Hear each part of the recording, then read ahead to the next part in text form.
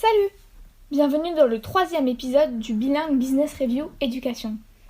Ici, nous allons expliquer des concepts et des théories économiques pour qu'ils soient à la portée de tous. Aujourd'hui, tu vas découvrir le processus de création monétaire. Ces termes peuvent te paraître compliqués, mais ils désignent tout simplement comment les banques commerciales vont prêter une somme d'argent non matérielle à un client. Mais rappelons d'abord ce qu'est qu'une banque commerciale. Dans un premier temps, une banque commerciale est un des deux acteurs de la création monétaire. Elle va créer de la monnaie scripturale, c'est-à-dire un simple jeu d'écriture de sommes qui ne découle de rien sauf du stylo du banquier.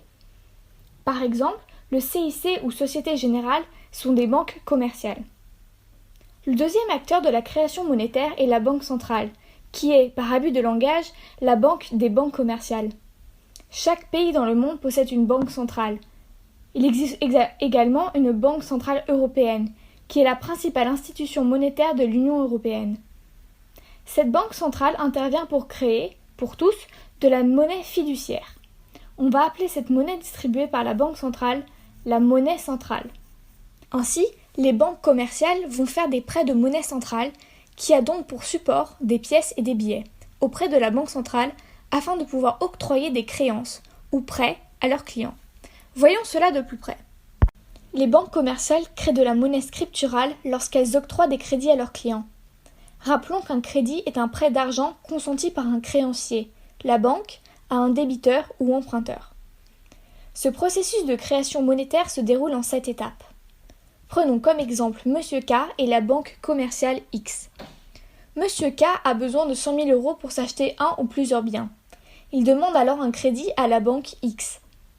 La banque X lui accorde le crédit et inscrit cette somme de 100 000 € de crédit sur le passif de Monsieur K, ou sur l'ensemble des ressources dont il peut disposer pour consommer. Il y a alors création monétaire, car ce crédit ne découle de rien, sauf du stylo du banquier. La banque X inscrit donc le crédit à son propre actif, ou l'ensemble des dépenses de la monnaie. Puis, la banque inscrit à son passif la valeur du crédit de 100 000 € en anticipation du remboursement de la part de Monsieur K. Monsieur K dépense cet argent et les sommes dépensées sont inscrites à son actif. Dès que Monsieur K a dépensé son crédit auprès d'un ou plusieurs vendeurs, qui vont à leur tour inscrire en tant que dépôt les sommes reçues dans le passif de leur compte, cette opération est un dépôt bancaire. Ainsi, on peut dire que les crédits font les dépôts. Finalement, lorsque Monsieur K rembourse son crédit à la banque X, celle-ci efface la dette du passif de Monsieur K. Cette opération est la destruction monétaire. La banque centrale joue le rôle de banque des banques, c'est-à-dire qu'elle a pour rôle de réguler la création monétaire. Elle doit s'assurer que la création monétaire est suffisante pour financer l'activité du pays et qu'elle n'est pas excessive pour assurer le pouvoir d'achat de la monnaie et pour donc éviter l'inflation ou la hausse générale de son prix. Son instrument privilégié est le taux d'intérêt, ou le prix de l'argent emprunté. En variant son taux d'intérêt, elle peut contrôler la masse monétaire en circulation, c'est-à-dire la quantité de monnaie en circulation dans l'économie à un instant donné.